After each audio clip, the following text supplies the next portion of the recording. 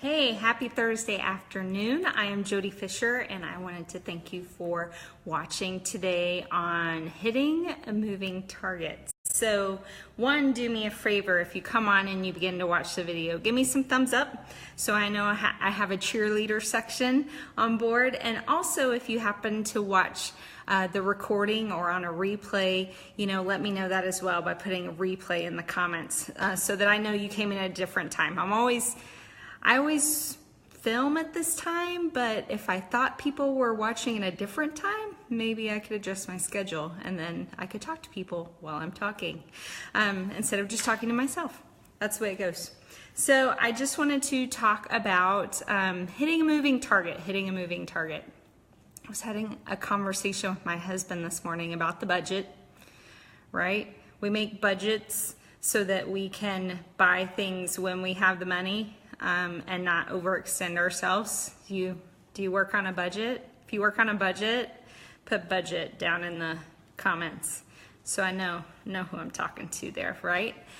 So we're talking about the budget because here we are in a new to us home, which is about 10 years old, and we have a lot of things to do to the house besides just decorating. And we never really have decorations for a new home because they're all different and they're all across the country. And sometimes we go into a place and our house has shutters and the next place it has curtains, and we don't just have a supply of curtains that we tote around. Well, we do, but they never fit house to house.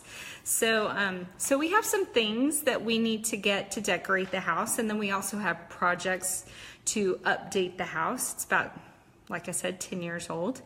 And we're having to budget. And I'm a list maker. I'm a doer. If you're a doer, raise your hand, thumbs up in the comments, right? Like, you like to make lists, you like to check them off, you like to make a list of the list.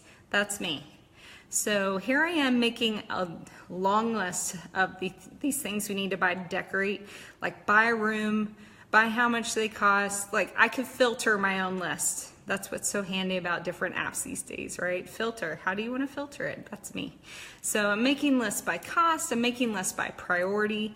And then I like to strategize. I study like the puzzle pieces, like all these different things we're going to get. And then, like, when should we buy them?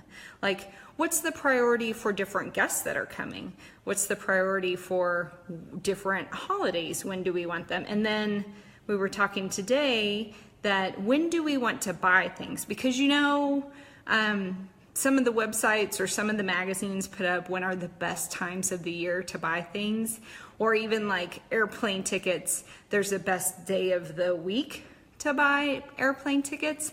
So if you do that kind of shopping, like, thumbs up, because I do need to talk to you. I need to find your best website so I can continue to strategize and prioritize my list. And I began thinking yesterday, we were finishing up our yard, that we actually might need patio furniture before next summer, because where we are, which is in Tucson, stays quite agreeable through most of the year, and we will want to sit outside. And so then I began thinking, and I told my husband, we might need to see if this furniture goes on sale at a different time of the year, and we'll have to change things around. And I had already made a list and a plan, like January, February, March, these are the things we're going to buy. These are the things we're going to do to the house. And he looked at me and he's like, it's like hitting a moving target, huh? And I had to think about that, because for me, what I was trying to do was just make some really precise and set lists of things that were going to happen in order and predictably. I was trying to make a perfect life, which, if you guys know me, you know that I used to be quite the perfectionist, and obviously I'm still fighting with it when I hear things like this, and it just strikes me as like, oh, I'm doing it again. Like, I can't believe that. So here he was, he said, it's like hitting a moving target. And I thought, you're right. I need to be more flexible. I need to be thinking, like, part of my strategy needs to be that the strategy is going to change.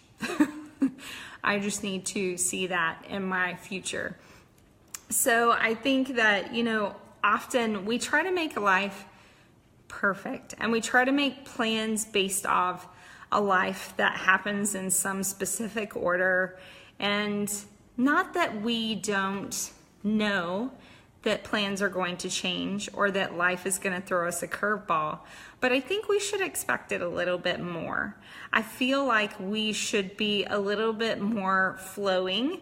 That also means that maybe you don't need to plan as much as you think you do. Sometimes we make this big plan and you can only get through 2 steps before your life changes or circumstances in the world change, and then you have to change your plan. So maybe you shouldn't spend so much time planning just to have to do it again. Planning is nice. I don't want to upset my planners. If you're a planner, put planner in the comments and I'll send you an apology later. But planning is nice, but perfect planning is probably not very realistic. So we're always going to be hitting a moving target. Things are always going to be changing in our lives. That's not a word, in our lives. The climate will change, politics will change, social structures will change, money changes all the time. So allow for that. Make some rough plans, but consider that you're going to make plans to hit a moving target, and just get started. Don't get paralyzed with all that planning.